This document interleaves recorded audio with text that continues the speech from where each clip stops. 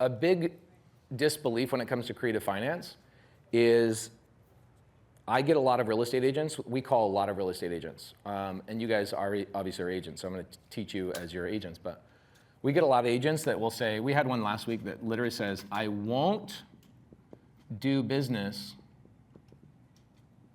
with investors.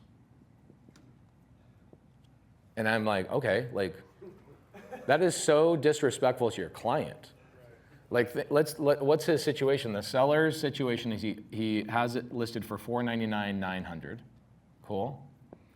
And what's cool about Victoria is I've done a bunch of deals with her. I'll teach you a couple of things that we've done with her. But what's cool about Victoria is most agents, what's their only tool?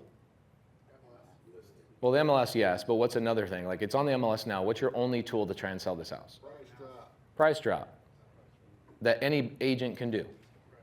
So, like, why are you better than any other agent? You're not. Like, well, I take better photos, and I'm nicer than the other ones. And I drive a white Mercedes, so, like, that's got to go for something, right? So before she does the price drop, she goes to her client. She says, I don't want to do a price drop unless I present other options to you, right? And so that makes her look more, understanding and also more powerful in the sense of like, hey, I'm bringing you other options. They might not be good options. Like I said at the very beginning of the call, I'm not your best solution. The best solution is selling on the market. Do you notice how I don't actually compete with real estate agents? I do not compete. No, you guys, I'll tell you something right now. Not one wholesaler I've ever met in my life has ever competed against a real estate agent. It's this weird world where agents believe wholesalers compete and wholesalers believe agents compete against each other. I've never competed against an agent because the client's situation is what dictates whether they should be on market or off market. It's not the agent and it's not the wholesaler. So like I just bought a house. I wish we had more time together, and I wish I had my big van. We'd just go and check out a couple of projects. I just bought a deal where house, right? Every deal starts with the seller, obviously. They had like 10 real estate agents that came and talked to them, right? They're going to go interview agents, and every agent is telling them, I can sell the house in 30 days. Cool thing is this seller is an agent, so they know they're full of shit. You can't sell a house in 30 days in this market. The average days on market in Maricopa County is 91 days. You're telling me you're going to sell my house in 30 days? You're lying to me, right? So this agent goes to hire other agents. Why doesn't she just list her house herself? Convenience. She's a mom. She has all the sorts of things going on. Listing a house takes up calls at all hours of the night and all sorts of stuff, right? So she decides, I'm not going to go through an agent. What does she do? She goes and calls a TV ad of one of those people that say, we buy ugly houses, right? And she went and she sold a house that was, she probably could have put it on the market for like $500K, and she decided to sell it for $370K instead. Why would she do that? Convenience. Speed and convenience. It's always speed and convenience. And so for me, you guys know the We Buy Ugly Houses people? Yeah. I used to be one of them for 8 years. So I owned the Arizona franchise. I was the person that bought the billboards and paid for the direct mail and did all of that stuff and went into living rooms. And I always had a real estate agent that I would refer my listings to because I'm not a licensed agent. I would go into the house and I would say, hey, what's your situation? What's going on?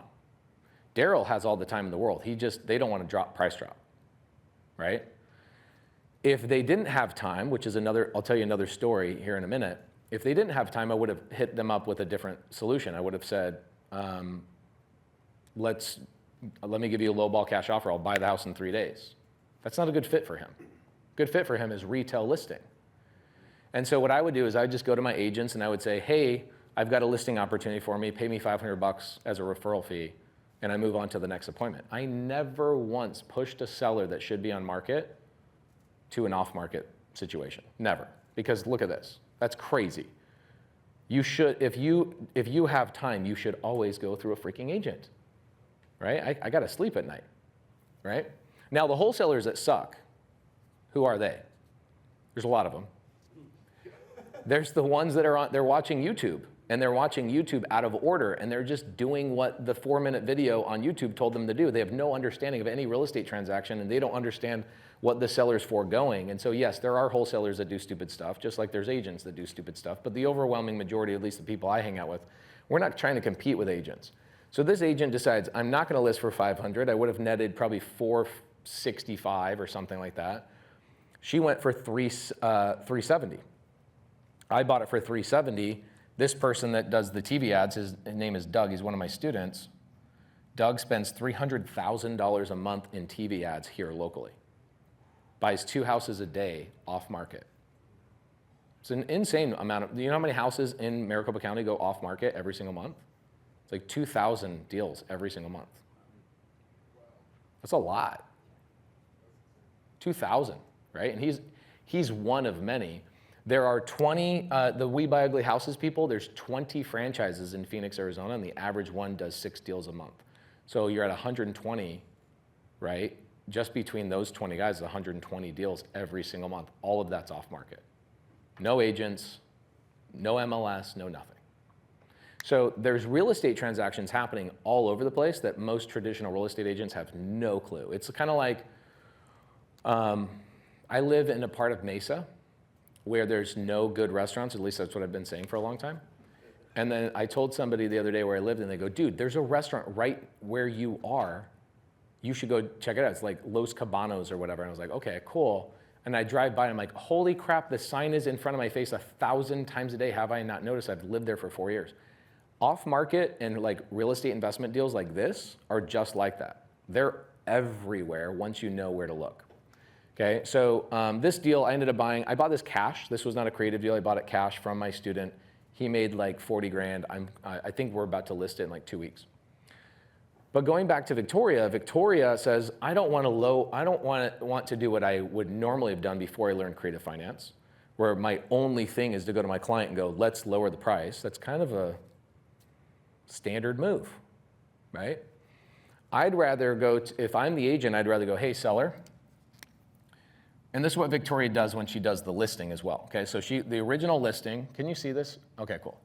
So she goes and meets the seller, and when she goes to the listing appointment, she goes in and she says, here's why I'm a better agent than anybody else you're gonna meet with. I have investor buyers already that would give you a cash offer today, okay? Now, 99% of your buyer or your sellers do not want a cash offer, nor should they take one. 99% of them. Do we agree with this? Yes. And you should protect your clients from ever taking a cash offer if at all possible. Do we agree with this? Okay, but does this not give you at least 1% advantage over another listing agent that this guy says, I turned down 6 other listing agents before I took Victoria? You heard him say it, right? So you guys are going into listing appointments and you're listening to Tom Ferry, super cool guy, but what is he teaching you? The same shit everybody else is doing, right? Same listing presentation, same everything else. Okay, so she says cash offer. She also then says, before I ever ask you to lower your price, I'm gonna then bring a creative offer. So she hints at this. And she says, I can guarantee you a full price offer from one of my investors. But what that will include is you having to wait for your payments, but I can guarantee you, and she puts it in her listing agreement, she will guarantee a full price offer. Whether he accepts it or not is up to him, but she can guarantee that. That's insane. Now you can stand out. Like, guys, you might as well just fire Tom Ferry. All of you guys, every agent that ever watches this, just fire him. He's a genius. I love him. I even watched something on a year ago he did that was like about social media marketing. And I was like, gosh dang it, dude, this guy keeps freaking dropping bars of gold. He's so smart. But as far as like, how do I set myself apart from actual agents? This is how you do it, especially right now, right? So she is doing this obvious thing. Hey, Daryl, before I ever ask you to lower the price, and she can be really honest here. And she can say, hey, every agent that tells you they can sell your house in less than X amount of days is lying to you because average days on market is blah. Okay, so let me tell you how I stand apart. Number one, I'm gonna always be honest with you. If those other agents that you've met with have not told you average days on market, immediate red flag. If they haven't done a seller net sheet, immediate red flag. Okay? Another red flag is, can they guarantee you that you'll get a full price offer? Oh. Imagine putting that in your marketing material. Imagine putting that on your website. Imagine putting that on your Instagram. Imagine putting your da-da-da. Hey guys, welcome to 123 Main Street. This is a house that I just sold where I guaranteed my seller a full asking price, $499. If you ever want a listing like this or you want to see why our team is better than any other team, set us up for a listing appointment, whatever. I'm not an agent, obviously, so I don't speak agent lingo 100%. So she then says, at some point, Daryl, I will introduce you to my creative offer. So he already knows that before she asks for a price reduction, she's going to bring me in. And then I just do all the talking. Because why? Because your broker, no offense to EXP, they don't teach creative finance. And the continued education, as far as the continued education goes, it's kind of like boring creative finance. It's also not like a real deal. And what I wanted to do today is kind of just worked out. I did not plan this call. Victoria we were supposed to call yesterday at 4. And I was like, oh man, I'm hanging out with a bunch of agents tomorrow. Can we just set up the appointment tomorrow at 9 so I could set this up the right way? Because then it gives you actual conversation to talk about rather than some, whatever. So will she potentially not go with me? Yeah, absolutely. But what is his actual situation? It's listed at $449 or $499. He owes $445. So this, oh my gosh, if I could fix people from using the word equity incorrectly, I would change the real estate game. You do not have $44,000 in equity here. Equity is what? It's money that goes in the client's pocket after everything's been paid. And so people will go, oh yeah, you have $44,000 in equity. The agent, I will hear the agent tell their client that. So what have you now told? You've told your client they're gonna get $44,000. What? And you're working for free. Or the client's disappointed on the settlement statement and they're just like, what the freak? What are all these fees?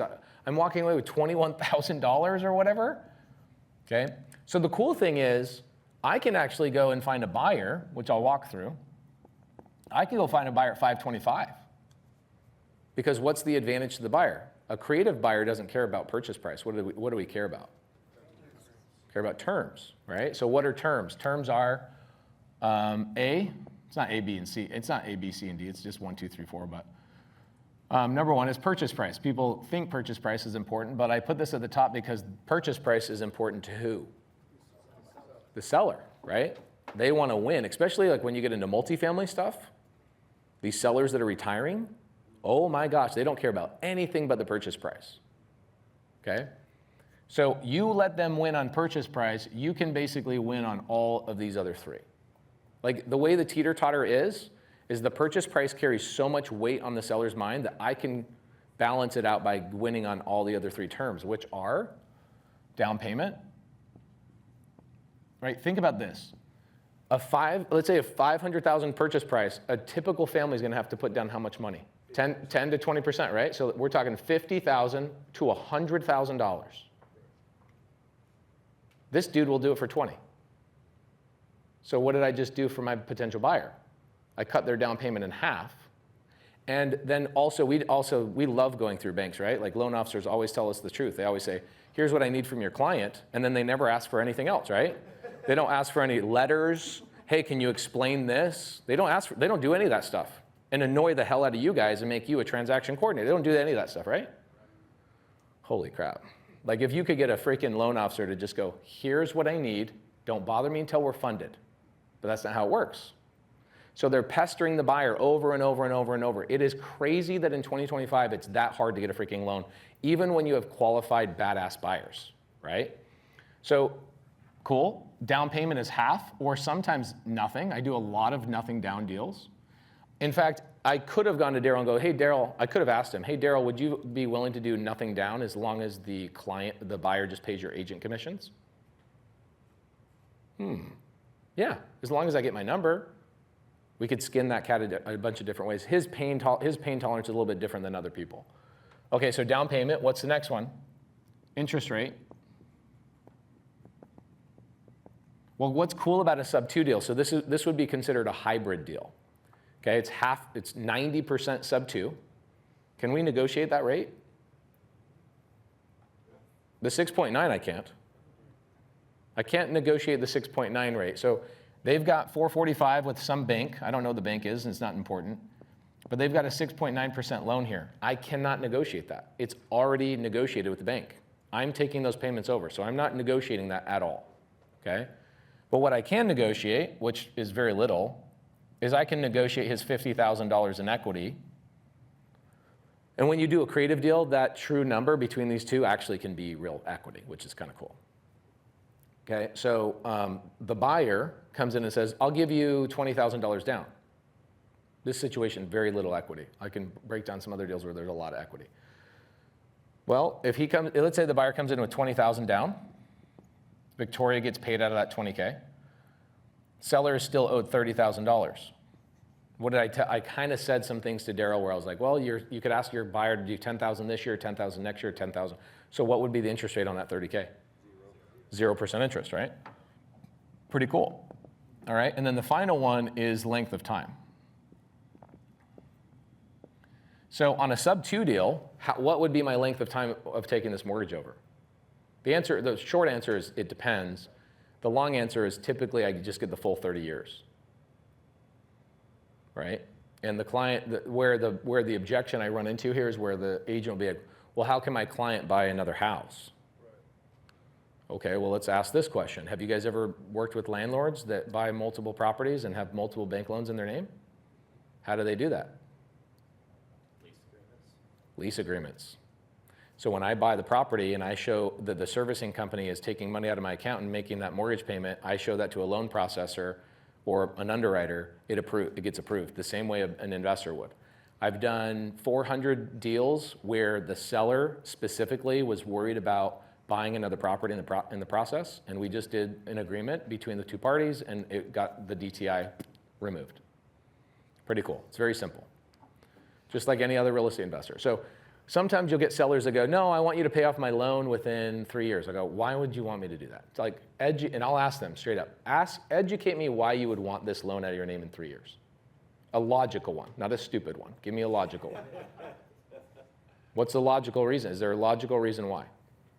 Because I want to buy a Tahoe in 3 years. Well, you can still buy a Tahoe in 3 years. Well, I want to buy a house in 3 years. Okay, well, you can still buy a Tahoe or a house and a Tahoe in 3 years and keep this mortgage in your name. Why would you want to take this out of your name? There's no logical reason.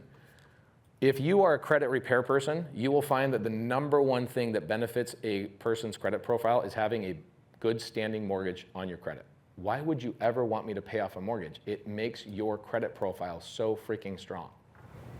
What about the risk? You're holding the risk. The risk is, where's the risk? Let's start with the risk. Where's the risk? The risk of the buyer default. No, the first risk, not the risk that we're conjuring up. The real risk. The real risk is not getting your number you want. I always go back to that because I tell them, like, if the risk that you are going to deal with, right, of somebody not buying or paying for your mortgage, if that is your biggest concern, then your concern of the risk you're currently facing is not big enough. And maybe I'm not a good buyer for you. The risk they really are running into is what? I can't sell my house for the price I want. And I might have to write a check to get rid of this house. So let's address that risk before we conjure up a fake risk. Because that risk doesn't exist yet. The risk that does exist is what you're currently in. And if that risk is painful enough, then we can move on to the next risk of, are you okay with dealing with the conjured up fake risk? Because we don't even have a buyer yet, right? When the buyer exists, now we can have a real risk conversation because we don't know who the buyer is, right? Let's say that the buyer is a plumbing company and he's got $3 million a year in EBITDA, but he just doesn't have the ability to get banked. It's not a lot of risk. In fact, you could put a UCC one against his business. You could get collateral. You could do all sorts of cool things if you're really overly worried about that risk. We're not bringing in broke people to buy these houses, right? They're guys like you and me. In fact, I sell a lot of these houses to real estate agents. You want to know why? Because ironically, licensed agents are the most unbankable people on the planet. How ironic is that? A licensed agent is the hardest person to get a real estate loan for. That's crazy. So I get a lot of agents, right? Their commissions are up and down, so it's hard to bank them. And so what they'll do is they'll come to the table. Now, there's ways to mitigate that risk. Let's say you find a buyer that comes to the table, hypothetically. What's another way to mitigate that risk? I don't do it as a SubTo deal. What's another way to do it? Lease option. We could do a lease option. And what's cool with a lease option is let's say I bought this as an investor on a lease option. What's cool is if I buy this as an investor on a lease option, I can still get my depreciation. I can still do a cost segregation against something I have as a lease option, which is awesome. So I'll pull the lease option out of my pocket, where the biggest risk to this borrower, to the seller, the biggest risk is having to evict me instead of foreclose on me, if that makes sense. It's a great question. But typically, the risk is unknown until we actually find the buyer. So usually when somebody brings up that risk, like, well, what if they don't pay? I go, okay, hold on, before we go there, if you're asking that question, that means I don't feel like the risk you are currently facing is great enough for us to go to the next step. Are you comfortable with the situation you're in right now? No, I'm not. Foreclosures are like really easy because they're gonna lose their house in a week. It's like your risk right now is losing your house. There's no greater risk. I could put a second degree risk behind, and it would be the greatest blessing on the planet if that person ends up defaulting in 2 years. It'd be actually a blessing. Why? Because they catch up your payments, they catch up their arrears, they pay 2 years of payments, and then they default, and guess what? You're right back to square one, but now the house is appreciated and it's been paid down for 2 years. You get the house back. Here's the reality is if we're not getting showings at $499, is the house worth $499? Right, and this is another thing. This is not this room. Obviously, you guys are here learning some cool stuff. But we already know, unfortunately, the market determines the price, not the appraiser.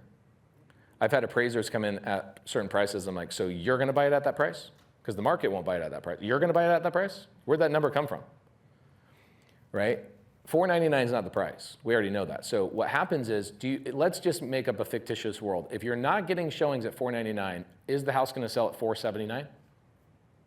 Probably not. In this market, right? Let's talk about this market. Is the economy going to get better or worse this year? Worse. So me dropping at $20,000 does a couple of things. It puts blood in the water. Price reduction. That makes my listing look awesome, right? So now I'm at $479. If he sells at $479, is he walking away with no money out of pocket? Possibly not, right? He might be writing a check. So there's two pieces of pain he might be dealing with. One, he might have to write a check to get rid of the house, right? That's a sucky situation. It's like breaking up with somebody and losing your whole CD collection in the breakup. You know what I'm saying? It's like, you can replace it, but man, it's painful, you know? Could be like $2,000, could be $10,000, I don't know. So that's pain number one. Pain number two is now he's stuck in the situation he's in, and he has to go through another 3 or 4 months through a traditional close. So I would build that pain up when I'm talking to them as the investor. I'd go, let's talk, and I would actually address it that way. I'd go, if you are more worried about this pain right here, I might not be a good fit for you. There's so many of these deals for me, it's overwhelming. I can't even handle how many there are. And so I just make sure I'm a perfect fit for people because there are truly that many. So what I tell people, I go, if you're overly concerned here, I do have solutions here, but if your first thought goes to that worry and that risk, that means I'm probably not a good fit for you because this risk you're currently dealing with doesn't seem like a risk to you. If this is a big risk, then let's go to the next step and I'll address those things. But what I learned a long time ago is I go, oh, great. And I'd pull out all my magic wands and I'd be like, oh, lease options and contract for deed and a land contract and an executory contract, agreement for sale and all these cool things. I would pull those all out and then I would just give the client too much option and overwhelm them, right? Yeah. What I would do is I go back to the pain. Like, ooh, well, if you have that worry, maybe I'm not a good fit for you. Let's go back and I will literally say, you might not have enough pain in the situation you're in right now. I might be a better fit in 3 months. I hope the house sells, and this is what's really fun. Let's say he decides not to go with me. It's obvious he's going to go with me. They want to move forward. It's going to happen. But let's say they don't go with me. What happens in 3 months is I get a better deal as the buyer because now they've price reduced to $479, and now when I go find my buyer, I can make a $25,000 or $35,000 fee, not a $10,000 or a $15,000.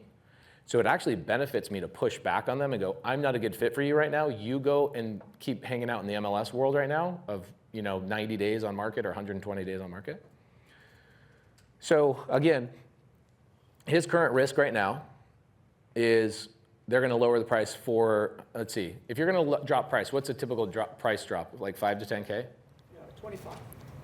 You'll go from $499 to $474.9. Okay, cool. So, and I'm sure every agent's a little bit different, but if it was me, I'd be, as an agent, I'd go to at least 479, right? I'm not gonna drop $5,000, like that's not gonna do anything, right? I mean, it refreshes the listing, but it's like inconsequential at $5,000 finances. Yeah, like where people are searching, right? And where they're getting approved. So at 479, my thought is he's walking away maybe break even, probably, like after commissions and concessions, and buyers are all asking for concessions right now. It's annoying. As somebody who flips out like 20 houses a year, I'm like, we put in our listing, if your buyer asks for concessions, don't even submit an offer. And my agent, what I told my agent to do is go, buyer is hypersensitive to repair requests. If you do, we call it a BRRR here in Arizona. I don't know what you guys call it. Inspection report, they come back with a repair request. What do you guys call it? Okay, cool. So in Arizona, we call it a BRRR, buyer inspection notice, seller's response. Stupid acronym, but makes sense to me. I just thought everybody called it a BRRR. So they come back and they submit a BRRR, and we immediately just go cancel the contract. You didn't look at the listing. I'm belligerent. I don't want to mess around with it. But right now it's intense. They're trying to get mortgage buy downs. They're getting all sorts of stuff. They're getting crazy. So I think at 479, his bigger pain is he's probably going to walk away writing a check for $5K. And maybe not just $5K, he's also now 3 months of payments in a house he doesn't want to be in for whatever reason. So when you add that up, he's more like $11,000 and 90 days away from where he really wants to be, right? Like, and when you get into the pain, which I didn't get into the pain, but if you get into the pain of like, what's really going on, Daryl? I get a lot of sellers, typically single men, when they're in this situation. I'm like, why are you selling the house? Oh, well, I found a woman and I'm moving in with her. Bro. That's the highest level motivation for a man on the planet. So like, for me, I just fixate on that. Like, bro, you could be, hanging out over at her house every night, but you're over here for 3 months, So then the next risk is super important because you are asking the seller to have that exposure of the payment being made, right? So the way you address that is, number one, always make sure your buyer is a quality buyer, right? And we'll go through an RMLO, we'll actually get them verified. I don't care if somebody filed bankruptcy 2 days ago. I don't care if somebody got foreclosed on 6 years ago. I care that they have the financial means to make the payment. That's all I care about. And if their profile is they can make the payment, but they've had bad situations, I will then set it up as a lease option where I can just evict them, get them out, and I do it again. So let me explain that part. That I call that the after party. Now, for some of you guys that are like really creative agents, where you're like, I want to do these deals and I don't want to just be the agent. What I will do on deals with Victoria is I will do what's called an after party clause.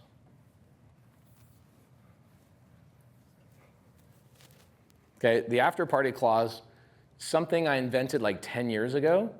And basically what it does is it puts me, the middleman, the investor, puts me in a really powerful position to make money 2 or 3 times on the deal. So let's say that we've got Daryl, the seller, and he's got this house at $499.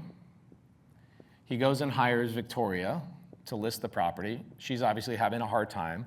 So she comes to me and she says, hey, let's give my client an option. Cool. I always start every conversation, I'm probably not a great option for you, which is true. It's not a manipulation tactic. I want to make sure I am a good fit. And what I will do is I will either A, keep the property and put it in my portfolio. Why would I not put this one in my portfolio? Yeah, interest rate's not great. What's another one? I don't care about equity, but because the reality is, you guys are all real estate professionals. If you guys bought this, you wouldn't pay freaking taxes this year. At 6.9, it probably hasn't amortized a whole lot. It hasn't amortized basically at all, but what's another reason why? There's a $40 what per month? HOA, which limits my exit strategy. So what I like to do right now is my main exit strategy right now is shared housing. Okay, so padsplit.com, go check it out. We take these houses, we split them up into 6 bedrooms, we rent them out by the room. Why? Because affordability is freaking plummeting, right? So I could keep it in my portfolio, but I won't do that for those reasons we just listed. I could assign it to the buyer and just take a fee, which is what I would basically told them I was going to do. Or C, I could do what we would call a wrap, or I could do like a sandwich lease option. So basically the contract I would get into right here is I would get into a lease option. Let's say that they're really worried about me not making the payments. Okay, cool. Well, I'll be the tenant, and I have an option to buy it at $499 at any point in the future. Okay? Then what I would do is I'd go find a buyer, and me and my buyer would be in another lease option, right? So I'd be the sandwich. It'd be the meat in the middle. Cool, sandwich lease option. Now, I take a $10,000 lease option fee from my buyer and make $10,000 on day one. What happens if that person defaults? You take it back. I take it back and go make $25K. I go do it again. Why? Because let's say the first person that comes in, this is what's really freaking cool about the sandwich lease options, is let's say my first buyer comes in with $35K, right? $20K goes to the seller, and then $15K goes to me, right? And then the buyer pays for closing costs, $5,000, whatever. Pays for my TC, $1,500 bucks. Let's say that person defaults. I then have to pay for evictions. I have to deal with all that kind of crap. Obviously, welcome to being a real estate investor. Right? It's like, don't complain about a flat tire when you own a car. It's part of the freaking deal, you know? So if this person defaults, you kind of want to set it up in a way where you're like, gosh, dang it, I'm so lucky you defaulted. Because now I can go to my next buyer and I can ask them for another $35K. Now, I'm going to have to take, let's say, $10,000 out of legal expenses and cleaning up the property. But guess what I get to keep on the second one? $25K. So guess what? The seller is protected by my credibility, right? So you, doing a lot of deals, you have the power to be able to like, dude, that's easy for me. Now, why would I do this deal like this? Well, here's the beautiful thing. This lease option buyer right here, I know that this is going to go over some people's head a little bit, but we'll go slow.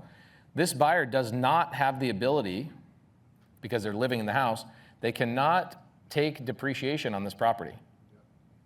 Guess who can? Me. Now I'm convincing myself to do this deal. This is actually, I'm like convinced.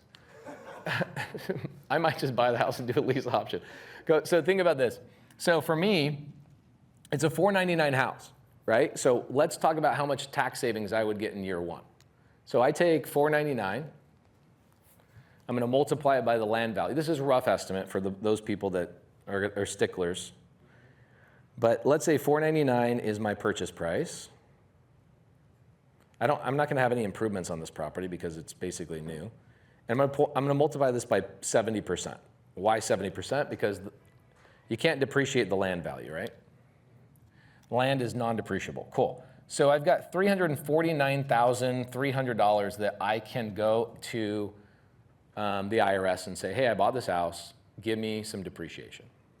Now I can divide that, if I want to do straight line depreciation, every single year I could take $12,701 for the next 27 and a half years of owning this property. I could take a $12,701 tax benefit. That's pretty cool. Or I could do a cost segregation, and if I did a cost seg and I actually spent money like $600 with the cost seg company, I use a company called Madison Specs. Madison Specs would probably give me, I would save in real taxes in year one, real taxes, $67,531. This would, instead, let's say I go make $200,000 on a flip. Right over here, I went over here and I flipped a house and I made $200,000 in profit. What's my freaking taxes on that thing? Probably $60,000 to $80,000, right? Guess what? I take this $67,000 and I go, hey, you basically don't have to pay those taxes. This house saves me real $67,000 in other income. There you go. So, do I really care if this house cash flows right? Yeah, go ahead. If you're doing a lease option, can you really depreciate it, Yes, you can. even if you don't own it? I do own it. Equitable interest is just like anything else. Do I have equitable interest in the property? Yes. Yes. So if you look up tax codes, I have a great YouTube video with my CPA that so many CPAs are in my comments on this going, holy shit, they didn't teach me this in school. My CPA is so good on YouTube, did a great YouTube video explaining that you can take depreciation and lease options. Yes. So as long as you have a really good contract and everything's in black and white, Yeah. you're really protected. You are to a certain degree, but like let's talk about what are my risks, right? My risks are just like anything else, right? Like let's say I do the BRRRR strategy for let's just decide I want to kick myself in the face. And I want to go and buy a property by going and getting a DSCR loan and putting 35% down. It's a lie. Everybody's like, oh, this is what I say. People, I spell the BRRRR strategy this way. You guys, I'm sure you guys have seen this. People go, you're missing the R, the other R. Everybody knows what the BRRRR strategy is? Okay. This is the way it should be spelled. Because the repeat is bullshit. I buy with a hard money loan. I go and renovate it. I go rent it out, and I refinance. The problem is the majority, if not like 97% of the time, after my refinance, I still have cash stuck in that deal, and a significant portion at that. And now I have a freaking loan on my refinance at 7.49%, or even worse, 8.25%, because this is an investment loan. So I'm not getting even as good as a deal as this one. What's the rate, 6.9%? Cool. So I've got to go get a hard money loan, hemorrhage on hard money, or even worse, what people do is listen to Dave Ramsey and go buy houses with cash. Let me go sink cash into this deal, rent it out, or renovate it, rent it out, and refinance into an 8.25. The BRRRR strategy is dead. It's been dead for 2 freaking years, right? 97% of BRRRR deals are done right now. It'll come back, but it's tough. So now I've got money tied up in this thing. And I go down this route and I get a tenant. Forget about creative finance. Let's just talk about what people in the traditional world do. Do I not have the risk of having a tenant? Like I have to evict them and carpet replace and so you're saying in the traditional world I have the same problems I have in the creative world. There's no additional risk. In fact, there's less risk for me and everybody else in the creative world because the risk I incur is that, one, I don't have to go apply for a loan. I have a lower payment. I have no money. I have no money in this deal. My buyer paid for the closing costs and my $15,000 up front. The $20,000 or 20 whatever thousand paid for the agent commission and all the stuff. So I'm no money in the deal and I got paid 15 grand up front. Where would I rather be, BRRRR strategy or sandwich lease option? Okay, now let's say my tenant gets evicted. I have to evict them. It's no different than here. The difference, well, there is a big difference here. The difference here is I still have money tied up in the deal, and I have an 8.25% rate. Here I have no money tied up in the deal, and I can go take another lease option deposit on the next person I evict. Yes, sir. I think I have a goal in mind, but I'm not 100% sure. I'm with EXP, right? And so I met you in Cabo, heard you. Yes, sir. Brought you an $8.5 million deal. We got to talk. Molly tenant. I sent it to you guys. It's an RV park because I said. Oh, sick. What city? It's in, help me, What coast, like Galveston somewhere. Okay, cool. You know, it's a really good deal. But EXP's got this thing called, and I do marketing and content, and I got like 60 plus people, and I get to put it on this thing called Express Offers, because I want to scale with what you're talking about. Yes, sir. So I want to look at the cash when you're talking to the seller, Mm-hmm. and then the creative part, right? So we get this offer coming in, and I can get them an offer, 260 buy boxes, investors out to yin yang, portfolio investors, stock and bonds, they want to buy these properties. 1 to 3 days, 7 days max, I get them an offer, and I get them offers. Yeah. And then, but I want to talk about the creative side with you, right? Okay. So, and I've got an ad that runs like, are you facing, foreclosure? Are you getting, moving out of state? Is there a financial, a health challenge or some of that? And I get people responding, right? So the biggest thing is that, I can get them the solution with that offer, right? But then talking about the creative offer with you, right? That's what I really want to see if you can help me with that scenario. Yeah, I can help you with that. Okay, so we understand all this stuff for the most part, right? Okay, cool. Let's talk about bigger deals like that one. And same thing with multifamily, right? Like we started a fund recently, but I honestly don't really need a fund because most of my sellers are selling their stuff to us. Like I'll tell you a cool little RV park that I just structured 2 years ago. I'll give you guys, if you guys want to pull up your phone, you can Google it. It's Glacier Peaks RV Park in Montana. That deal, I bought actually 2 RV parks a mile away from each other from the same seller. By the way, this is why I love agents, because you guys have all these awesome sellers, because sellers are educated to go to agents, not to investors, right? As they should be. Because the best option for them a lot of times is just going to a retail listing and getting out of the deal, depending on who they are. But when you start getting into commercial stuff and you start getting into like multifamily and all of that kind of stuff, I don't understand why a seller would ever take cash. Unless they're a hedge fund or they're like a big outfit that their investors need to be paid back or they need to get a yield. Glacier Peaks is the big one. Mountain View is the small one. They're a mile away from each other. And I bought them at the same time from the same seller. Seller's name is Eric. Eric puts both of these parks on with a broker. Okay, and just combined price, let's just throw a ballpark figure out there, was $7 million. Cool. So why do sellers want to sell at a really high price? My experience is that most of them are anticipating what? Capital gains tax. So what they're doing is they're pushing on you guys to go list things over what they should be listed for, because they're going, well, I'm going to take a hit. It's like, bro, that's not really how it works. Like, you can't really, but they do it anyway. Right? They want this really high purchase price. And those are really good leads for me because I understand taxes and I have an incredible CPA. So what we do is this seller goes and lists for $7 million, then they drop to multiple times. They drop, I think, like 4 times over 300 plus days. This happens all the time. If you go on Crexy right now, you go on Crexy.com and you filter by long days on market, there's probably 100 RV parks right now over 500 days on market.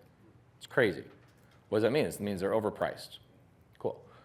So they come down to about like 6.4 million, still not sold. And what do I know at day 300? I know the agent's already been fired. I already know that. Now they've had to extend. There was some sort of agreement. They either extended or the agent has like the ability to continue to market, but the agent now is out of the exclusive. So if the seller goes and finds a buyer, then the agent doesn't get paid, right? I know that as an investor. But I respect real estate agents, so I call the agent first, okay? Agent's name is Steve. And I call Steve up and I go, hey, Steve, my name is Pace, and I see these RV parks that have been on the market for a little bit. Submit an offer. I get it. Like if I had a listing for 300 days, I'd be a little bit cranky too. I totally get it. I don't get offended by it, but that's how this conversation started. Submit an offer. You freaking investors, always lowballing. It's like, bro, you're $600,000 less than where you were. Like, what do you mean lowballing? I didn't say that. I just said totally understandable. Like, a man convinced against his will is of the same opinion still. So I didn't try and convince him. I just said, hey, I can give you an offer where your seller can get the $7 million he's looking for. I just would look for seller finance. What do you think he says? Same thing every agent says to me in the first call. When they don't understand creative finance, what do they say? Always the seller's not interested. My seller's not interested. Okay, great. So I said, Steve, sounds great, totally understandable.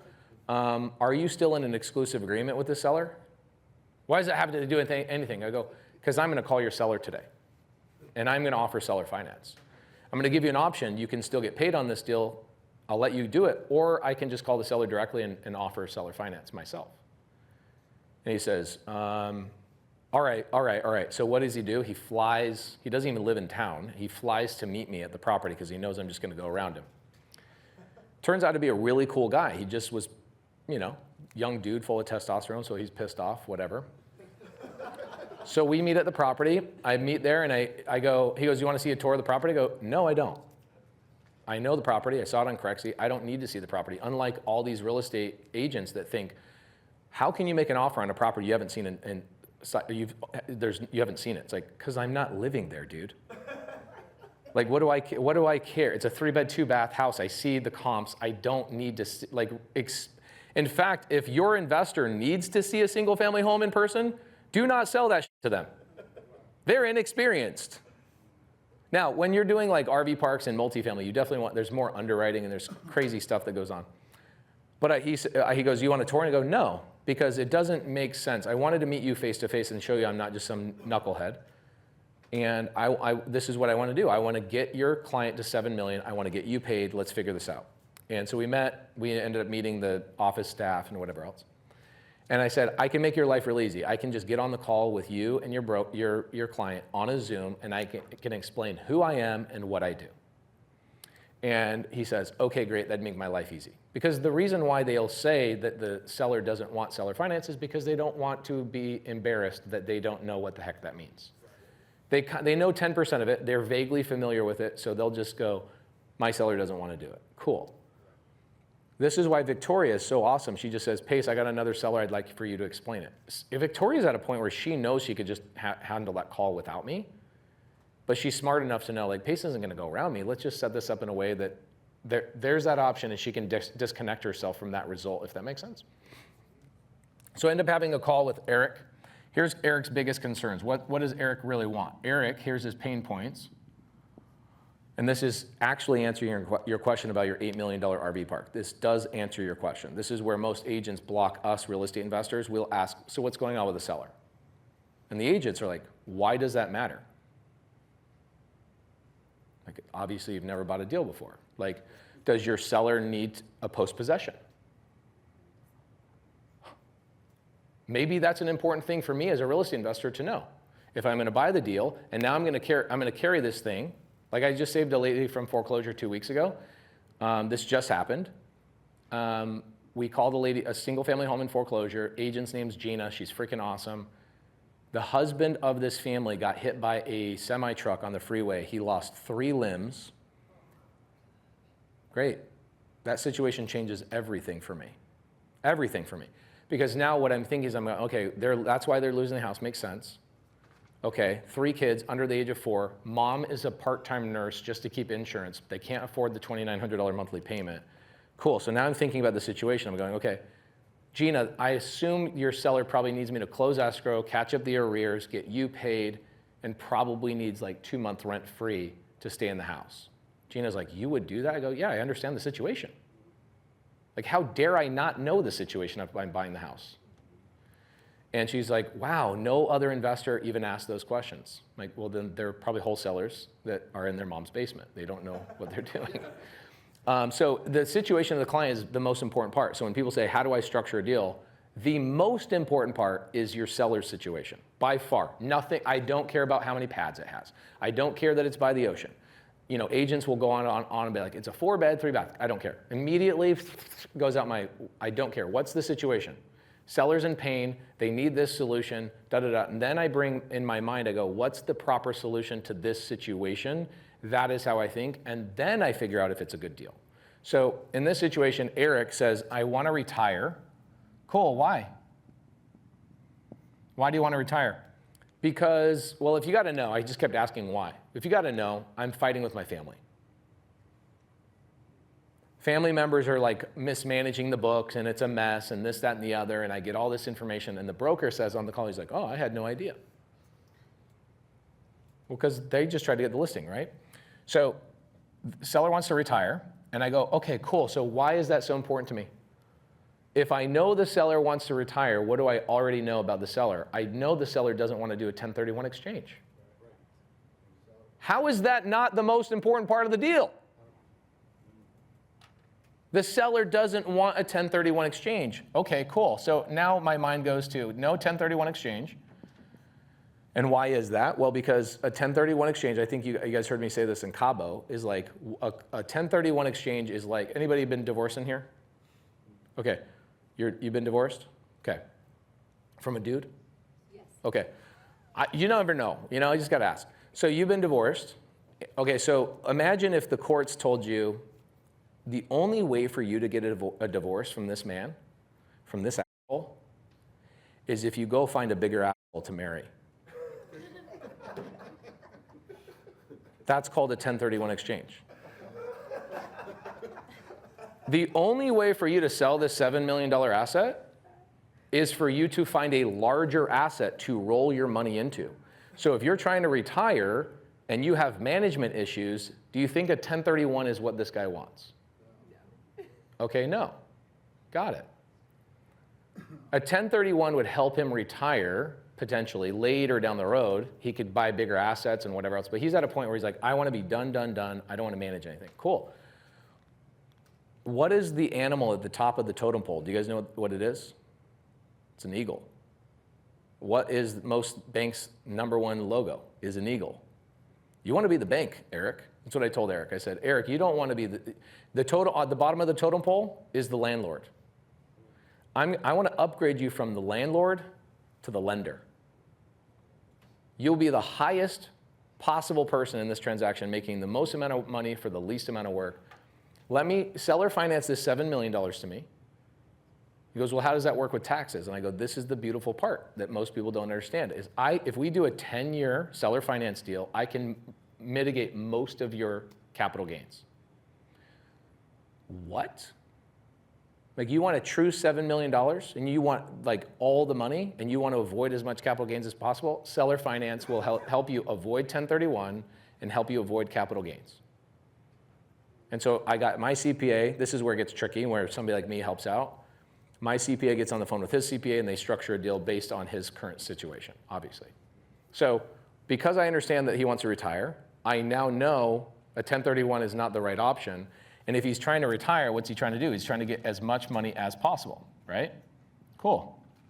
So I already know when I'm on the teeter-totter and I'm negotiating and I've got the seller over here and trying to give him a feeling that he wins, price and taxes are the two most important things to him. Okay, so you've got, when you're talking to your seller on this, is it Corpus Christi you said, or Galveston? So he's south of Houston. Yeah. Okay, so he's got an RV park. The seller is it a couple? They've been running it themselves? Park, bar, restaurant. His pain point is that he's failing in health, you know. Okay. He's really creative finance oriented. Love it. And it just said, hey, we have a close relationship with the seller, and I think actually I know this, I know that this would fit the buy boxes for Pace Morby subject to seller's finance box. Love it. Okay, cool. So the deal would be, the question we would ask is we'd say, well, what does he want down, right? And if the seller is like, I want a lot of money down, then I would even shift to a different strategy. So I have a, first strategy would be I try and go seller finance, and I try and do as little money down as possible. And the reason for that is pretty obvious. I want to be into a deal as little as possible. If I'm going to give the seller price and he's going to get a monthly check every single month, and I'm going to help him mitigate taxes, and I'll get the commissions paid, all that kind of stuff. I want to be high price, but I want to be on my side. In order to balance this, we got to give me, right? In order to balance this is imbalanced. In order to balance this, I'll give you taxes and prices, but I got to get low down payment and low interest. If I can get those two things, then I can get you a high price. But if you're going to want high price and you want a big down payment, we got a problem. You're going to snap this board. And I'll literally just tell the seller that. I will literally do a whiteboard thing with them, and I'll get on my iPad on Zoom, and I'll go, this is the board right now. You want this, I want this, we're snapping the board. What's got to give? You want to come down on price? No? Cool, then come down on your down payment. And if they say no, I keep pushing and I check in on a month, maybe another month later. And then if I can't get them to budge, I then go to a different strategy called the Morby method. Okay, the Morby method is where I would actually go out and get a loan. I just closed 2 deals in Big Spring, Texas this way. Morby method is where, let's say the seller, hypothetically this seller, Eric, this deal worked out really great. I put 2% down, so we put $140,000 down, and he gave me 4% interest for 20 years. 20-year term as well? Yeah, I will never do interest only, so amortized, yeah. So it's a 30-year loan, 20-year balloon. And he had no underlying debt then? He did. He had an SBA loan on one park and an underlying debt on another. So he's wrapped that. So a wrap would mean that a wrap would be like, let's say he has his loan for $500,000, let's just say hypothetically. He has a loan for $500,000 at 5%, right? Then let's say he's selling to me for $1 million. So he says, all right, well, I'll give you the other seller finance. If you wrap this, you've got to have 1 interest rate on that total loan. Make sense? Because you're wrapping them together. So that means he's going to put me in a situation where I'm paying 5% on the equity as well. I don't want that. I will do what's called a hybrid. So I split the 2 loans together and I have 2 payments instead of 1. A wrap makes it so you have one payment. A hybrid would make it so I can do his 500K sub-2, and then I do the other 500K seller finance, and they are two separate loans. So let's say that the sub-2 portion is 5%. I can negotiate this to 3%, making it so my overall blended rate is like 4, if that makes sense. So this one with Eric, the seller, is I never buy on a wrap. I only sell on wraps because the wrap benefits the seller. So you did a hybrid? I did a hybrid, yeah. Every acquisition I do is always a hybrid where the loans are completely separate. Like my personal home I have in Mesa, I bought, and I have 3, I'll break that down for you guys as well. And I'll break it down real quick, and then we'll go back to your park, okay? So I have a house in Mesa, I bought it for $3 million. And the seller has a $1.2 million sub-2 deal, an underlying loan with Zions Bank at 2.9%. Okay. The seller bought the property. This is where you can get really, really creative. The seller bought the property a year prior for $2 million. He sold it to me a year later for $3 million. So what is he going to have? Right? He's going to have a capital gain. Even though he was the homeowner, he didn't live there long enough to avoid the capital gain. All right, cool. Well, how do we structure that? This is really ingenious. But I structured it where I got an $800,000 seller finance portion at 0% interest, totaling our purchase price of $2 million. We recorded at $2 million. And then I had a consulting agreement for him for the other $1 million. Oh, that's genius. YouTube consultant. Yeah, YouTube. He's a YouTuber. So I go, you're a YouTuber, I'm a YouTuber. You have more subscribers than me. Why don't we set up a consulting agreement where I pay you? It's a write-off for me. And for you, he moved to Puerto Rico. So every dollar he received from it was only taxed at 4%. It's crazy what you can do in this business. So Put it down on that. nothing down. But why? Why did I do nothing down? He had 10 kids in the house. He didn't want to paint it. He didn't want to list it. He didn't want to do anything. I said, I'll buy it as is. So of course, when I moved into the house, I made it my own, and I painted and switch out switches. It's an 11,000 square foot home. So he's like, I don't want to paint this. That's 40 grand. I don't want to do this. I don't want to do that. I go, I'll take it as is, no money down. I'll pay the closing costs, but I don't want to put any money down. So he seller financed this and this at 0%. But why? You ask, the question would be, why would they do that? Well, here's why. If he went traditional for $3 million, let's say that he went traditional for $3 million. A $3 million buyer is a pretty discerning buyer. Do we agree with that? They're kind of a pain in the ass, right? So they're going to go, I want the house painted. You got smudge marks everywhere. The carpet has little stains in it. He had 10 kids. Crazy. So number one, what's he going to do? One, he's going to have to pay capital gains tax on the $1 million gain. So let's take that out of let's take the commissions. I'm going to go list this on the market. A $3 million house, how fast does that move in a market like this? Back then, it still wouldn't have moved fast. It's a $3 million home in a very weird area. So this probably would have taken him 120 days plus, maybe even longer, like 180 days to get an offer. The buyer of that house, or the buyer of the house like that, is such a nightmare. But we'll throw that out the window. So you're understanding the pain of the seller. Why would the seller do anything is because I understand the pain. So the seller says, I want to avoid all this. I also don't want to put $100,000 into the house to make it worth $3 million, right? I also don't want to list with an agent. If I paid, he has an agent, even if he listed it himself, which he wasn't a licensed agent, but let's just say he was, he still is going to pay probably $50,000 or more in cost to sell that property, right? Cool. So he technically walks away with an $850,000 gain in a year. Got it? What's he paying on that in taxes? Say 30%. So let's just say, to make math easy, he's paying $300,000 in taxes. Okay, so he saved $150,000, $300,000. He saved $450,000 going with me, and he got the deal done in we contracted, he moved out in 7 days, I painted the house, and I moved in 30. Here's the better question. Why wouldn't he do that? Why would he ever go cash?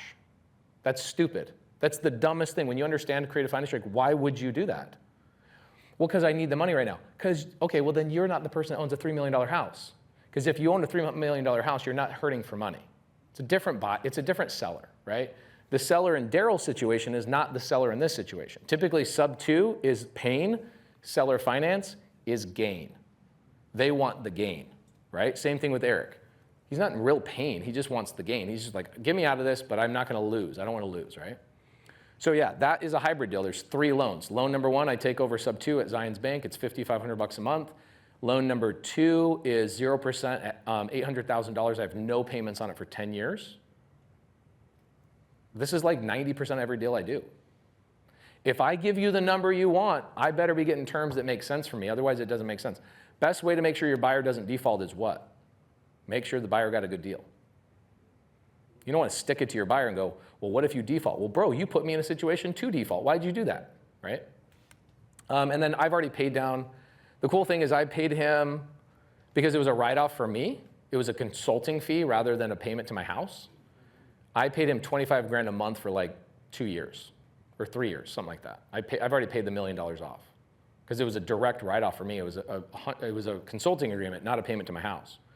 He was also in Puerto Rico, so he received that $1 million and he paid 40 grand on the gain versus $300,000 on the gain. Make sense? That's a unique situation. Obviously, Puerto Rico is a pretty unique situation. Okay, so on the Morby method, just real fast, if you get a seller, for example, Doug. So you get a seller that says they want a really big down payment, hypothetically, okay? I will switch to a Morby method. I call it Morby method because I didn't have a name for it 10 years ago, and I'm sure people have done it for a long time, but I didn't know how to name it. Let's say that the seller typically, sorry, I don't want to write on a wet board, it dries out the markers. Okay, so let's say the seller, it's 8.5, right? Yes, sir. Cool, so we got an $8.5 million RV park, obviously overpriced. Because if it wasn't, He said it's worth like 11 million. it's worth what a buyer's willing to pay. In that broker situation that you said showed up there, that broker situation? Yeah. That's exactly where he's at, because I was trying to get him to talk to us, right, but he went with a broker, but there's a person in there. Yeah, it makes sense. But it's not like, he won't listen to me. The broker won't, of course not, because he thinks you're treading on his territory, right? Makes sense. How many days have been on market? Do we know? Probably 300 plus or more. Okay, so is it worth 11 million? It's probably not worth 6, right? We don't know. The way I look at it is I go, what's the average days on market for an RV park in that area? How long does it take to sell a thing? And I go, okay, about 120 days for an RV park. I would then ask the question, how many days would this, or what would this price need to trade at if it was going to sell at 120 days on market? Not day one, because obviously you don't want to fire sell it. But I obviously don't want to be on market for 300 days at 8.5. So I need to know this why, because I already know I'm overpaying.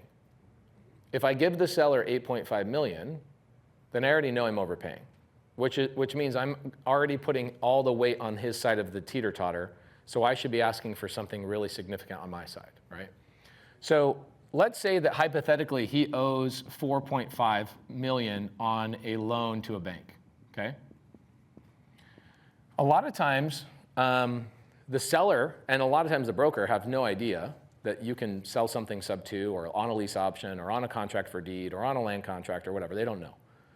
So what the seller a lot of times will do is he'll go, okay, well, actually, I think this is potentially what's going on, is the seller probably has a $3.5 million loan. And so he's thinking, well, if you give me 4.5 million down, I can pay off my loan and I can have $1 million in my pocket.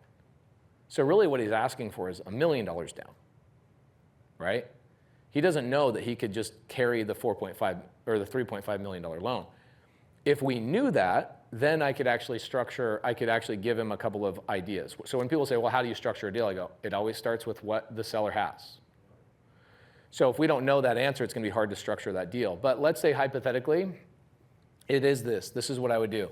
I'd go, hey, you have a bank loan. Let's get on a Zoom and let's chat about it. You have a bank loan, which means you got $5 million in equity on the deal.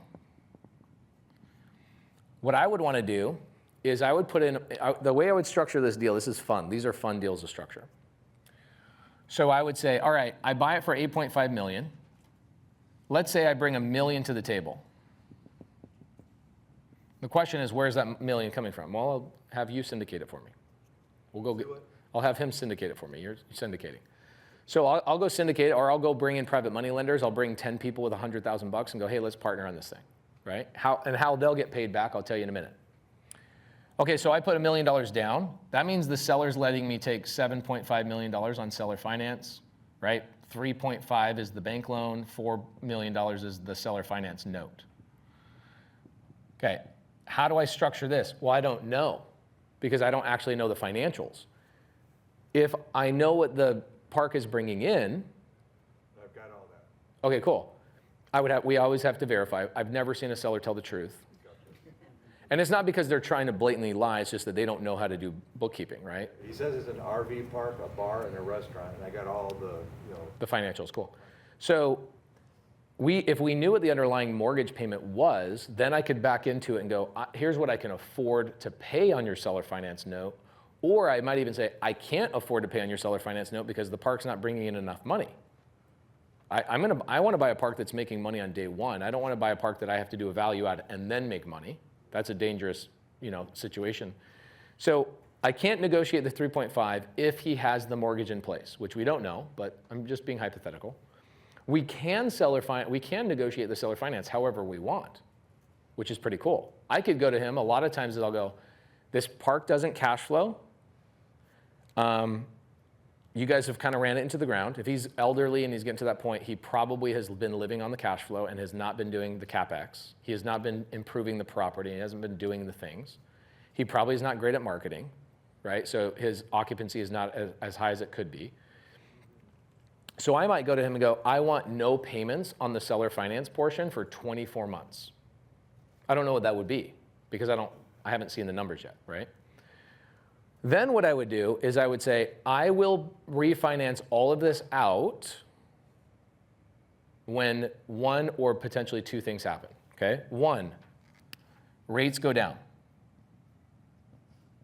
When rates go down to a place that I can refinance both of these loans out, then I'll do that, right? And I'll put that in the contract. The other thing is when it appraises. So I'll marry those two together. I'll say, the seller goes, well, I want a 10-year balloon. I go, perfect, you want a 10-year balloon. I will give you a 10-year balloon, or even a seller will ask for a 3-year balloon. Older sellers are always like, you got a 3-month balloon. Okay, cool. Like, why am I buying this deal if I got to pay it off in 3 months? So what I'll do is I'll give them any balloon that they want. I won't fight with them on the balloon because I know how to do a balloon extension clause. So I will say, any balloon you want, I'll give it to you as long as the property appraises and has a lower interest rate at the time that you want me to pop the balloon. And if it doesn't, then I can keep kicking the balloon down the road. It automatically extends without us having to re-sign anything. So the sellers, who are always convinced that their property is worth more than it is, the seller will go, oh yeah, that sounds reasonable. Like, this property is already worth $11 million. It's already worth $11 million. So I already know that when my balloon comes due, you're going to have no problem refinancing, right? And so in the balloon extension clause, I choose the bank. I'll use Marcus & Millichap. That's who I usually use for these kind of things. So I'll use Marcus & Millichap, and I'll say, Marcus & Millichap, Jamie Litzler is my loan officer. If we can't get this refinance where I have no money into the deal, then the balloon will automatically extend another duration. So let's say it's a 3-year balloon up front, and I can't get appraised, and I can't refinance without putting more money in, and that's what I would put in the contract, then what would happen is I would get another 3-year kick. Make sense? There's 1,000 ways to make these deals work and get the seller what they want. But the challenging thing always is like, people go, it's bringing in all this revenue. Cool, what does it make? Right? Because the seller a lot of times too will go, I'm not gonna pay myself, yet they live there full time managing the property. And if I got to buy the property, I got a $100,000 employee that's running that thing, and that's not in the P&L.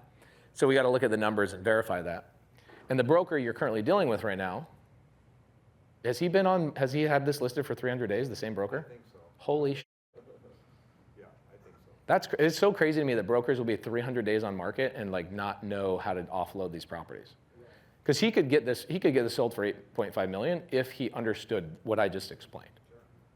Like, do we all agree somebody would come in and buy that? Like, I don't care really what the purchase price is. I care, can I make money on day one? Can my investors get the yield that they want? And can the debt that I owe you over time can it get paid back without me having any risk? That's what I care about. So your $8.5 million, that's not my problem. I don't care about that. That's what he cares about. So there's questions that we would have to ask in order to get to that thing. And the broker, what I would do normally is I would just call the broker from a phone number that I don't intend. This is some sneaky stuff we do as investors. I'm so sorry. I want to tell you guys the truth here. Sorry. So I'll call from like one of my transaction coordinators' phones, and I'll call the broker. Hey, my name is, or I'll even have my transaction coordinator do it, like Kelly or Shelly. And I'll go, hey, call this broker and see if he's in exclusive agreement with the client. Don't say that right out of the gate, but say, hey, we're looking, we want to do seller finance. This is what we do. Okay, great. The seller's not interested. They are interested in seller finance. Great. Here's the 5 questions. What's their underlying debt? Why does that matter? Ooh, I'm now getting resistance from you, bro, and you're on 300 days? We got a problem here. So the TCs will get off the call, and then what they'll do is they'll come to me and go, let's call the seller directly. And I'll call the seller directly and I'll go, hey, we got some resistance from your broker, so we just assumed you guys are no longer in exclusive because you've been on market for 300 days. I'd like to buy the deal from you at 8.5 million. Happy to pay your broker in the transaction as well. I don't want to go around him. But I need some questions answered before I actually submit an offer. And it doesn't make sense for me to submit an offer if I don't know what his underlying mortgage is, right? Okay, cool. Let's say he has no underlying mortgage and he still wants $3.5 or $4.5 million down. What I would do is I would go to Marcus and Millichap and I would get a term sheet from Marcus and Millichap. That's step number 1. So I'd say, hey, Marcus and Millichap, here's the P&L. What would you give me as a loan on this property right now? And Marcus and Millichap is going to come along and go, we'll give you a loan for $4.5 million against that property, right? Let's say 50% of whatever the seller thinks, or maybe it's 40%, whatever. I don't know what they'll come up with, but it's probably close to 4.5. So they'll give me a loan. So I now have incurred a payment. And then whatever this payment is, and whatever interest rate it is, I then go to the remaining $4 million with the seller. And a lot of times, because the seller's going to get the 4.5 million, right? We already know it's going to go to the seller. So the seller's getting a significant chunk of money. So I will go to the seller and go, I want no payments and no interest on the remaining $4 million until I can refinance you out. That make sense? So now I only had to go get a $4.5 million loan on an $8.5 million deal. I didn't have to raise any money for the deal. That mitigates your risk. It takes all the risk out. So a lot of my students right now are doing a ton of Morby methods right now because interest rates are high. And so they'll go get a DSCR loan at 7.25% and then ask the seller to carry their equity for a year and a half or 2 years until rates come down. And they'll say, hey, I'll refinance you when the rate comes down, or I'll do X, Y, and Z, or PDQ, or whatever else, if that makes sense. You get a lot of resistance from that, or?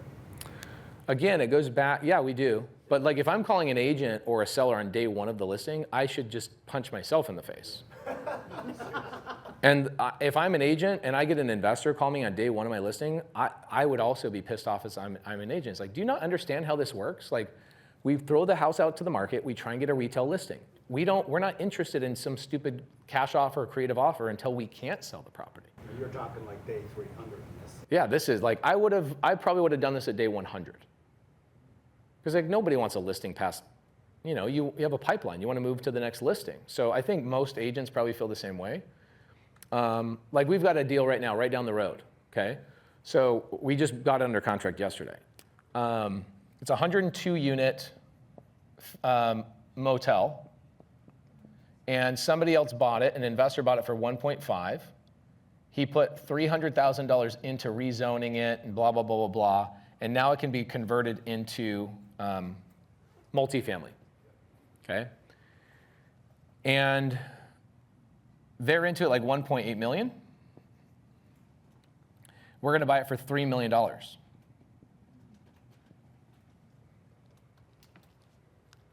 He hasn't been able to sell it for like 6 months because it needs $4 million in CapEx. So most investors aren't going to buy a $3 million asset where the renovation is more than the actual purchase price, right? And it's actually in one of the worst parts of town. But I don't care, it's HUD housing, so HUD's going to pay for all my rents, which is great. $1,400 a door, freaking awesome. Happily do that. So what I did with this, what we're doing with the seller is I say, I'll give you your $3 million plus $100,000. I'll give you $3.1 million if you let me take over your payments on your 1.5, and you let me pay off the remaining balance when I refinance after I stabilize the asset. So I don't have to go get a loan. I can go put $4 million into the property. I can renovate it, right? And he's got a crazy good loan. He bought this 2.5 years ago, so he's got like a 4% rate on this freaking loan. So I take that over. I hold it for a couple of years while we renovate it. I don't have to go get a loan, and then he gets his full $3.1 million. He'll get 1.5, we'll pay off his loan, his 1.5. He'll get his investment of 300 back. He will then get his $1.2 million in profit, plus I'm giving a $100,000 kicker for holding the note. Okay, I'll give you an extra $100,000. Because at that point, let's say I'm into it $7 million. Heck, let's say we go over budget $1 million bucks, which we probably will. Right? Let's say I'm into this property $8 million. It's 102 units, and the average rent is $1,400 bucks. That's an insanely good deal. Right? I'm into it $8 million on 102 units. I'm paying under $80,000 a door that's renting for $1,400 bucks. That's freaking Ohio type of shit right there. Like, that's incredible. Yeah, you're at like a 20 cap. Right. So I go refinance this out. Once I get it stabilized and I show income, this property is not worth $8 million. This property is worth 11, 12, 13 million. I refinance. I'm into all my investors get all their money back, and they keep ownership in the property. Like, this is a great deal. So why doesn't this guy do it? He doesn't know how to raise $4 million.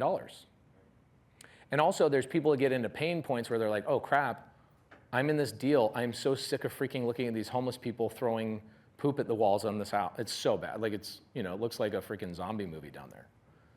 So he's just sick and tired of it. We've all been in projects, I think, where we're just like, I'm sick of looking at this. Or a listing, you're like, I'm sick of a call that coming in from this person. That's where these people are, right? They got that pain. Okay? So how do you get your $4 million to do the work? You raise it? I'll raise the money, yeah. I'm pretty lucky. Go to a bank and I won't go to a bank. I mean, I will, like on that loan, on the, I will do, I just did a refinance the other day. I do go through banks, but typically not on acquisitions. I typically don't. On refinances where I'm pulling out my equity, I'll definitely go through banks. But I have all the time in the world, right? It's like, I have 192 units in Illinois that I'm refinancing right now, and it's a 9.5 month refinance. We're supposed to close today, but today was the last 4 months. But I own the property and it cash flows, so what do I care? Like, take all the time. Yeah, go ahead. Just call me next week. Well, yeah, what else do you need? Oh, we need a letter talking about this, your divorce from 15 years ago. Why did you get divorced? I wish I was joking. I'm not. Yes, sir. Do you have any stipulation, like you're taking over these loans with incredible rates? Do you have any stipulations in the contract if that does get called due? Yes. Great question. So let's talk about due on sale clause for a minute. Is that cool? And then we can take a break. Okay. Are you guys enjoying this or no? Yeah. Okay. I never know with agents. I actually stopped doing agent classes a long time ago. we just soak it all in. What's interesting about EXP and like your guys' group is you guys are freaking like awesome. If I do an agent class in person in Arizona, and they just have to drive down the road, we'll get 400 RSVPs, and 3 people will show up. I'm not joking. It's crazy, and it's over and over and over. It's like, are we doing something wrong? With wholesalers, what's crazy, different group of people, right? If I do a wholesale class or a fix and flip class, what happens is we'll get 200 RSVPs and then 400 people show up. It's not the same demographic. As you're erasing that, can you tell us your verbiage on when the rates drop, I'll refinance it? I could send you guys the actual balloon clause. I'll just email it to you guys. Yeah. It solves a lot of problems, right? It's like, think about how many times I've been in deals where somebody has an objection, and it's like, it's usually always a broker with their stupid questions. And they're not stupid questions. They're just inexperienced questions. They're like, well, what about this? I'm like, okay, it's a great question. But then my answer is like, I really want to buy this deal. So then I have to ask the question of what would have to be true? That is a question I ask myself almost every single deal. It's like, what has to be true for this deal to actually work? And so I'll come up with these weird ideas, like the balloon clause thing I came up with 10 years ago. Actually, I didn't even come up with it. It was a 91-year-old lady I bought 31 houses from. Her name is June. And June, I never met her in person. She couldn't leave her house. She said, when I learned the word incontinent, where she craps her pants. Like literally, she's like, I cannot go anywhere. She kept telling me on the phone, I ended up not putting it on YouTube because it was like too funny, but I was like, I don't want to embarrass her. Like, not really she would ever watch it. But her son was a drug addict and she had 90 something houses. And she said, I'll seller finance every house to you. And the first deal I did with her, she's like, well, the market is going up. And so I don't want to seller finance these houses to you that are going to appreciate by the time we close escrow. And I go, okay, what are you looking at right now, June? Like what's dictating the price to you? And she says, Zillow. I go, great. So we go on the contract. This is every contract I do with June. I said, all right, purchase price. Zillow price at COE. That was my purchase price on every house I bought from her. So I just said, whatever Zillow price is at close of escrow, the day we'll create the note, the day that we close escrow. And then I came to her and we did $10,000 down on every house I did. And the average house I was buying from her was like $300,000, $400,000. So because what does she care? She has 90 freaking rentals. The lady's fine, right? Like this isn't a retail client, right? And then she wanted a 3-year balloon. I was like, June, I'm giving you Zillow price. Like, what do we not understand here? She's like, well, get creative pace. And I go, okay.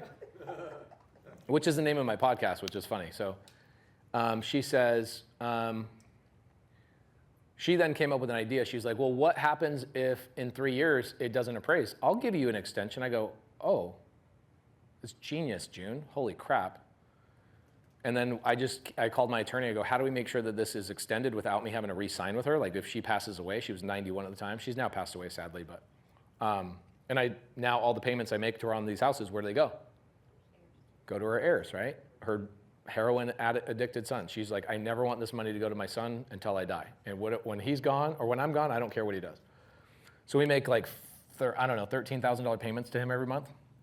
So anyway, she's the one that came up with the clause, and I just went to my attorney. I was like, oh my gosh, this is so genius. And my attorney, Sean, was like, who gave you this idea? I was like, a 91-year-old lady who can't leave her house. So you'll find the craziest ideas from people. Okay, so on the due on sale clause, okay? So everybody in here knows what the due on sale clause is? You're all agents. The only time anybody ever asks me a due on sale clause question is who? An agent. And how many agents have seen a due on sale clause? You have, okay, cool. So you've seen it called, yes, but not lost. So due on sale clause is pretty simple, but let's say you got the bank, right? This is what a lot of people just don't understand, so this is good for a future recording, but you've got the seller owns the house. How do we know the seller owns the house? Is because they have a deed, right? And the other thing that the seller has is a mortgage, or could it be a deed of trust? In Arizona, we don't have mortgages, we have deeds of trust. We'll just call it a mortgage, all right? Or a debt. Two completely separate documents, two completely separate agreements, not even closely related to each other. Most people think, well, how can you take over the ownership of a house if the seller's name is on the mortgage? I'm like, because they're not the same document, they're not the same agreement, they're not even closely related to each other. So we come along as the investor, and I ask my title company down here, I go, hey, title company, I want you to take that deed, I want you to put my name on it, and then I want the deed in my name at public record. So I become the owner of record, obviously. That's how SubTo works. Easiest transaction on the planet, you could just go do a SubTo deal right now. Walk down to county recorder's office, pay $17, and I could take over anybody's deed in here SubTo without a title company, super easy, right? That's how it was done for 100+ years. Now, the mortgage obviously is still there, and I am paying who? Am I paying the mortgage directly? No, I pay a servicing company. The servicing company, I use one called Del Toro, I use one called Evergreen Note Servicing. Evergreen's probably the best one. They're here local and they do like 40 states. So Evergreen pulls money out of my account. Evergreen pulls money out of my account and then pays the mortgage 5 days before it's due, right? Cool. The client, so like Daryl, for example, that seller on that deal, he would get an email 5 days before the mortgage was due. He would get a notification saying your payment's been made. Most sellers don't care about that. They just don't. They ask the question in the front end, and then when we get to title and we're setting up the servicing, we're like, do you want to be copied on the email? And the seller says no. Okay. So cool. So due on sale clause is when the bank, they find out that this transfer has been made. They find out that this has happened, right? And so what they do, what's the first step that they do in the due on sale clause? They send a letter. And this is where people like freak out about the due on sale clause. I'm like, I had a student like 5 years ago calls me, I was on the golf course, and he's like, he sent me a text, I need to talk to you right now. I was like, about what? He's like, the due on sale clause. Like, bro, I'll call you in 2 weeks. Like, I called him after the golf round, but like, I was teasing him. I come from a family of 12 kids, so like sarcasm is like how we show love, right? So you get a letter, and the letter, I've had the due on sale clause called me 10 times, and my students combined, I think we've done something like 40,000 SubTo deals in the last 5 years, and I've seen the due on sale clause 10 times in 40,000 deals. Like, and we own a title company in 43 states, so like we don't see a lot of due on sale clause. But I've had it called on me 5 times. Okay, so the way I learned how to do this was actually from a bank, which is awesome. So the first time this happened to me was on a property on Lost Dutchman Trail was the street name. And what happened was, and this is how the due on sale clause was triggered, I've since learned, but we had Friday was close of escrow, okay? Saturday, Sunday, Monday, Tuesday. The seller was getting foreclosed on Thursday, okay?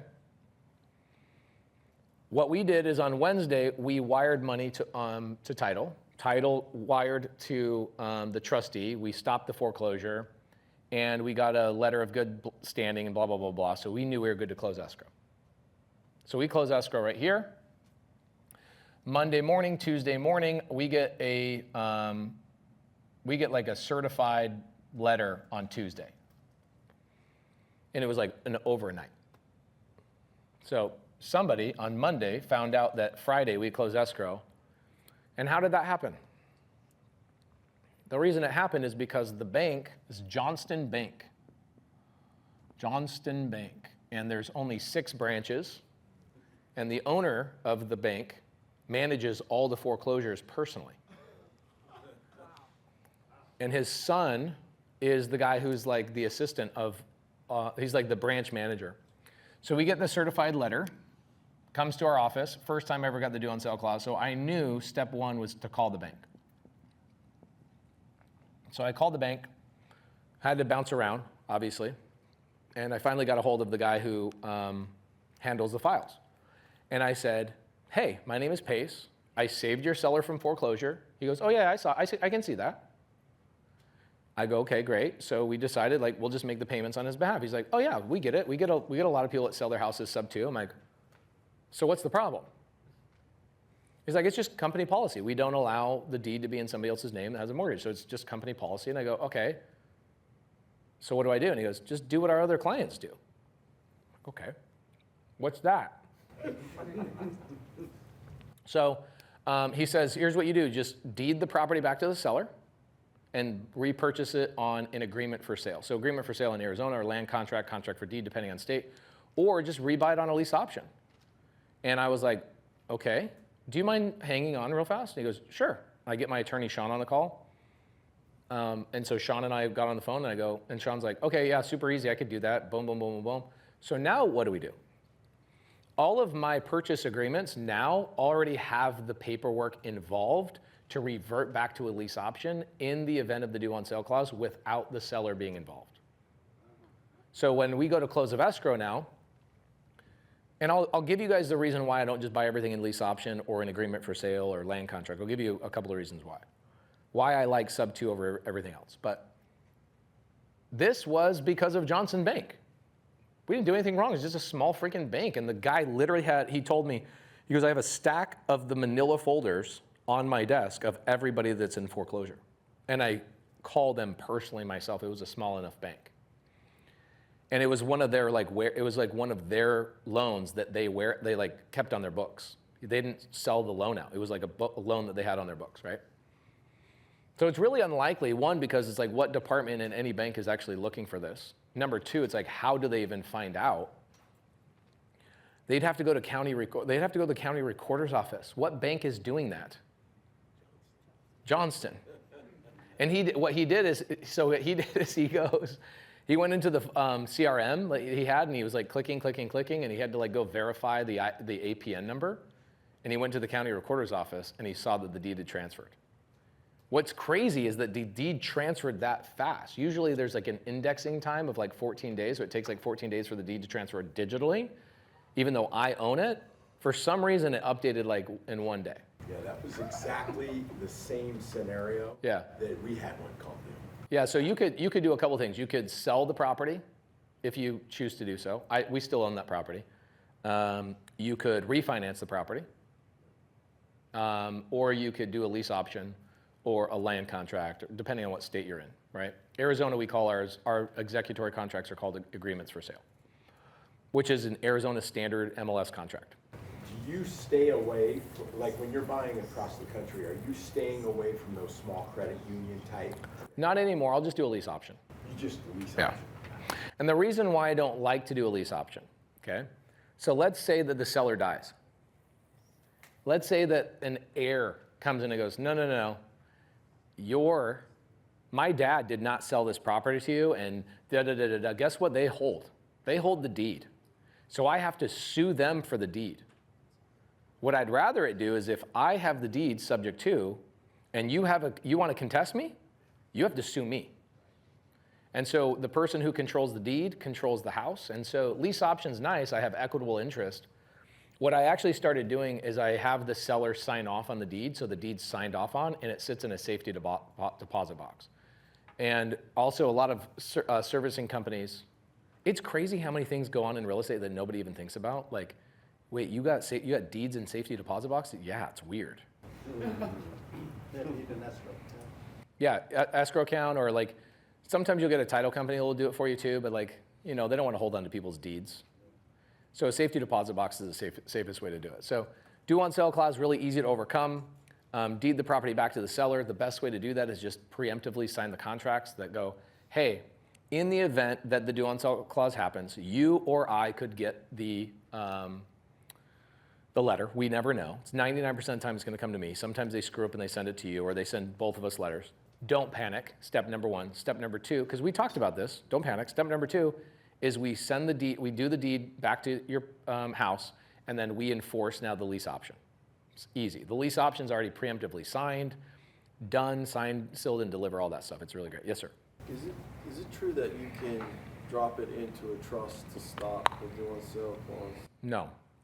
So people talk about land trusts all the time. The only people that tell you to do a land trust are people that sell land trusts.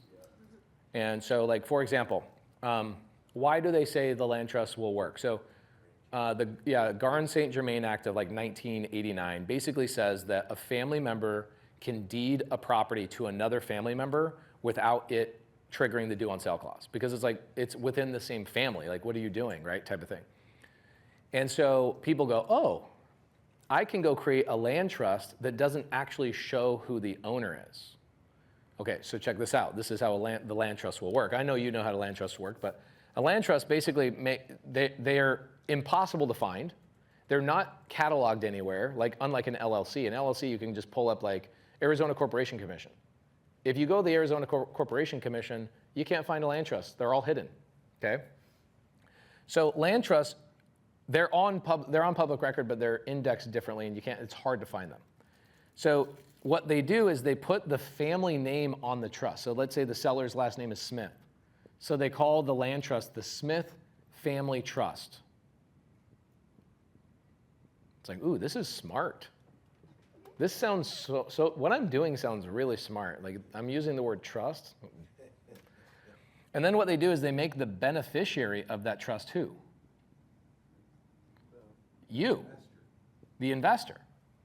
So technically, I own I'm the beneficiary of the trust owns the property, therefore the deed didn't leave the family name because we put the family's name on the trust. That's what people are doing. Well, guess what? There's 2 states in the United States that do not hide who the beneficiary is. Name one of those states. Arizona. So why would I ever do a land trust if in Arizona the beneficiary is already named? Right? So I never did land trusts. And then like 10 years ago, the only person I've ever seen go to prison over doing SubTo is legal. Lying to the bank is mortgage fraud.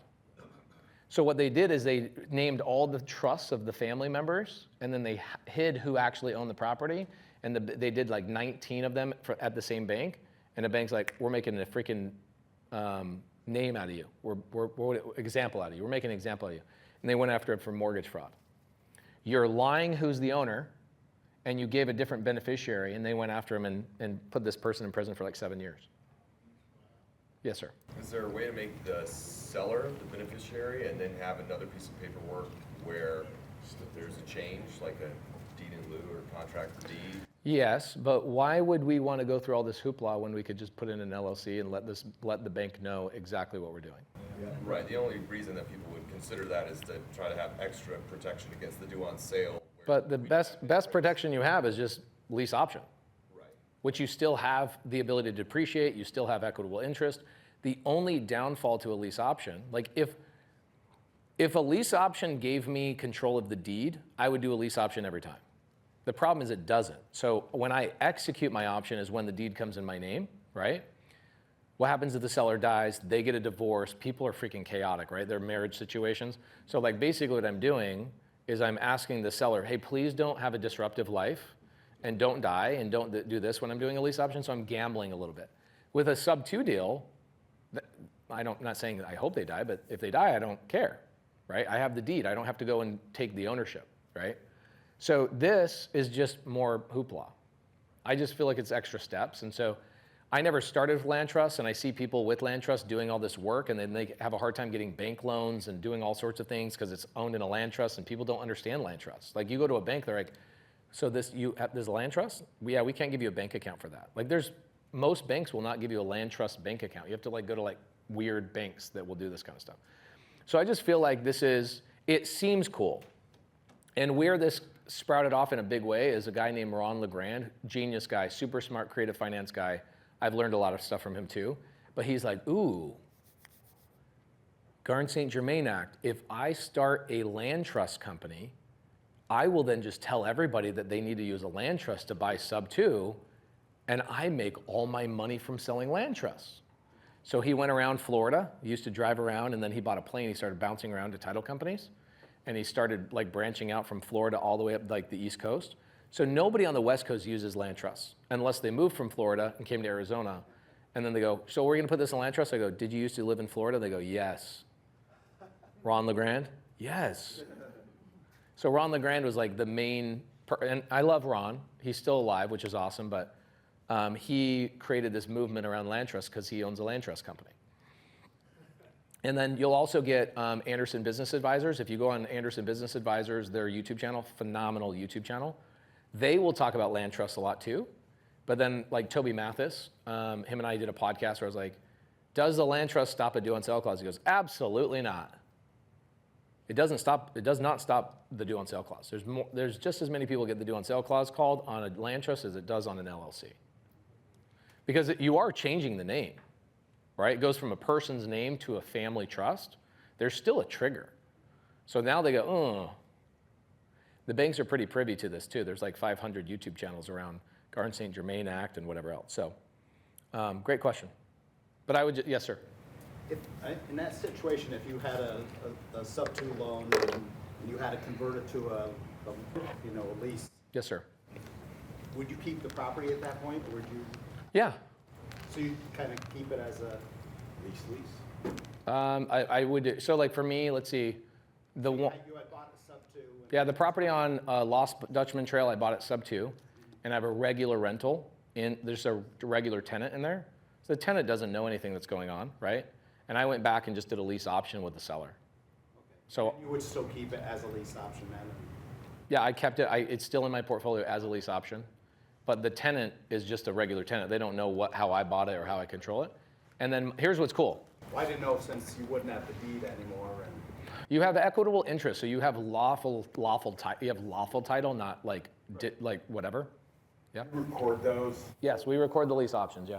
So we record the lease options. So on public record, you see that I have control of the asset, which is nice. But what the other thing about a lease option, which is interesting. So think about this. My option price is the mortgage balance the day I execute the option. That's how you write the option. Okay. So how it's amortizing down.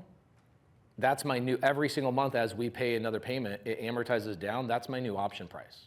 And that's how that clause is written. Yeah, that's how the clause is written. So my lease option is written that whatever day I execute that option, 20 years, 15 years in the future. The only state that this is challenging is Texas. Who's in Texas? Anybody in Texas? Okay. How do you solve for that in Texas? You just have to, so Texas does allow lease options. You just have to do a new one every 6 months. Okay, so you just renew it? You used to renew it. So what we did is like we do an auto renewing lease option. Texas is funny. Do you know why that happened? So there was a guy, this is funny. So there's a guy in Dallas that bought 100 SubTo deals. And he wasn't paying his insurance on any of the houses. And there was this massive hailstorm in Dallas, and it damaged all these roofs on these properties he has. And all his tenants are like, you got to switch out my roof. It's got problems, blah, blah, blah, blah, blah. And then they find out he didn't have insurance. So the state of Texas, and he didn't buy them SubTo. What he did is he bought them all on land contracts, okay? So state of Texas outlawed land contracts. You guys can't do land contracts. You can do SubTo, straight SubTo. You can't do land contracts, and then they limited how you do your lease options. So your lease option is only meant to be for like 3 to 6 months, depending on what county you're in. And so what you have to do is you have to pre-write like 30 lease options, and then they just they auto-renew. It's so stupid how we all get around all these laws. It's smart, yeah. I mean, leave it up to an entrepreneur to make some money. They'll come up with some crazy stuff. You know?